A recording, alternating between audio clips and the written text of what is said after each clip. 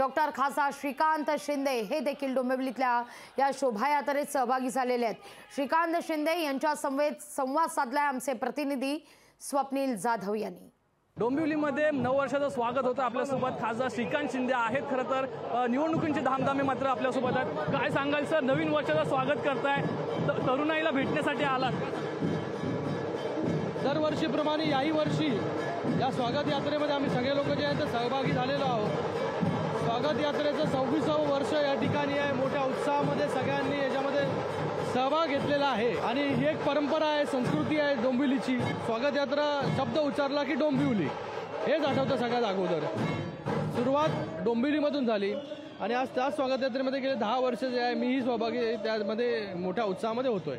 25 वर्ष खरं तर आता झालेले आहेत, तुम्ही 10 वर्षापासून या ठिकाणी आलात। यंदा नक्की काय नवीन असणार आहे, काय खास असणार आहे? निवडणुकांचं वर्ष सुद्धा आहे। निवडणुकीचं वर्ष आहे तेच आज या वर्षी जे आहे ते खास संदेश देखील जो आहे तो स्वागत यात्रेच्या माध्यमाने की सगळ्यांनी जे आहे हे लोकशाही अजून बळकट करण्यासाठी मतदान जे आहे हे 100% त्या ठिकाणी करणं आवश्यक आहे। कल्याण डोंबिवलीच्या दृष्टीने नवीन काय संकल्प आहे? मोठमोठे प्रकल्प या ठिकाणी सुरू आहेत, कधी पूर्णत्वात जाणार? ऑलरेडी या ठिकाणी मोठे मोठे प्रकल्प आहेत। आताच तुम्ही पाहिलं असेल की या ठिकाणी मेट्रो त्याचं भूमिपूजन झालेलं आहे माननीय मुख्यमंत्री मोदयांच्या हस्ते।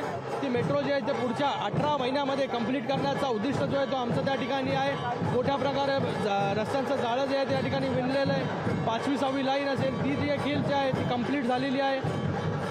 आरोग्याचं इन्फ्रास्ट्रक्चर आम्ही उभं केलेलं आहे या ठिकाणी।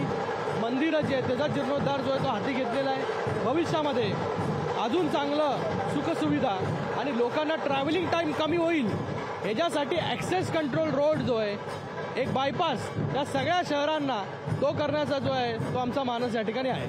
धन्यवाद आमचे संवाद साधल्याबद्दल। कॅमेरा पर्सन विनीत पेडणेकर सह स्वप्नील जाधव, लोकशाही मराठी, डोंबिवली। ही दृश्य आपण पाहतोय, ढोल ताशांचा गजर या ठिकाणी डोंबिवलीत देखील झाल्याची ही दृश्य। विविध पथकं, विविध ग्रामदेवतेच्या पालख्या या शोभायात्रेत सहभागी झालेल्या होत्या।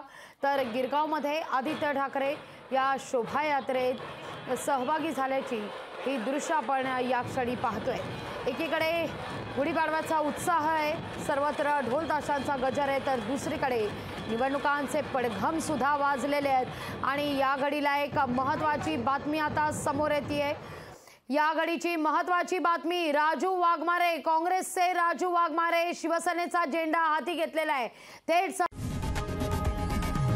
लोकशाही मराठी ऐका, पहा, जागरूक रहा।